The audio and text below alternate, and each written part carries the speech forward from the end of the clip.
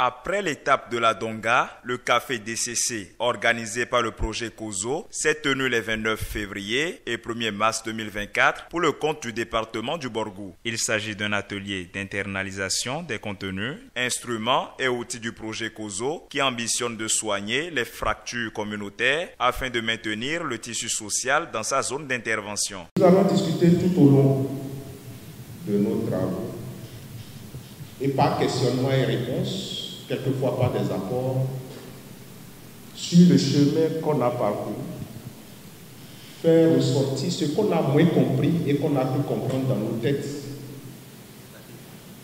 Arriver chaque fois des outils pour nous en sortir et avec les patrons qui sont ici, les élus locaux, voir ensemble comment mieux réussir. Ainsi donc, chaque partie est invitée à jouer sa partition pour sa réussite. Les outils et ressources pour la mise en œuvre réussie du projet sont nombreux. Pour ce qui est de notre département ministériel, nous allons travailler comme cela se doit pour que vous ayez les outils nécessaires pour la bonne mise en œuvre du projet, en passant déjà par les transferts de ces ressources à bonne date. Et également suivra aussi les difficultés auxquelles vous serez confrontés pour telle et telle dépense à effectuer. Nous serons également aussi à vos côtés pour pouvoir vous permettre de faire une bonne exécution.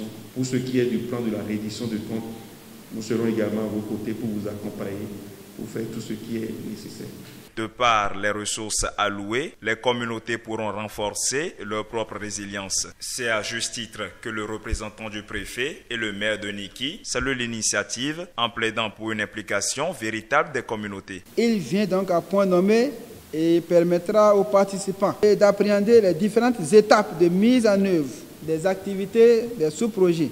Ces sous-projets permettront aux communautés concernées de construire leur propre résilience face aux multiples aléas climatiques anthropiques.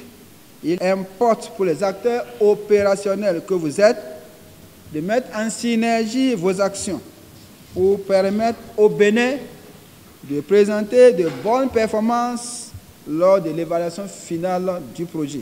COSO intervient dans ma commune, et ceci au niveau de l'arrondissement central de Niki.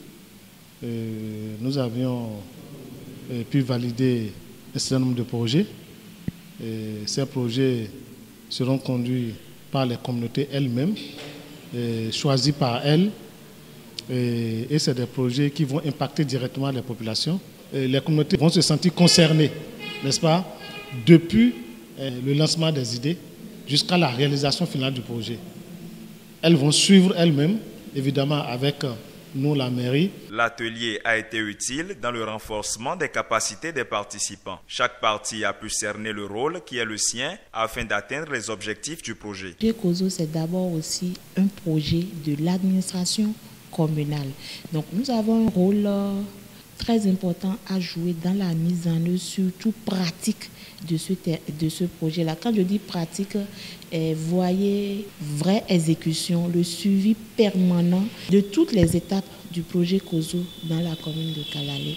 Bon, au niveau de Tchaourou, le travail, on peut dire que ça a commencé. C'est une responsabilité partagée au niveau de la mairie et même au-delà.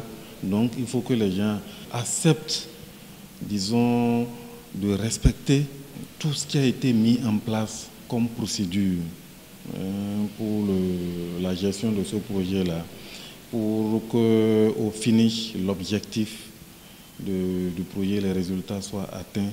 Il y a une partie, une composante qui concerne beaucoup plus la TDA 4. Il s'agit de la composante aménagement des eaux de surface, de la composante aménagement des bas-fonds et autres. Je crois que c'est là beaucoup plus que la TDA est appelée à accompagner les acteurs, à accompagner le projet COSO pour la mise en œuvre des activités.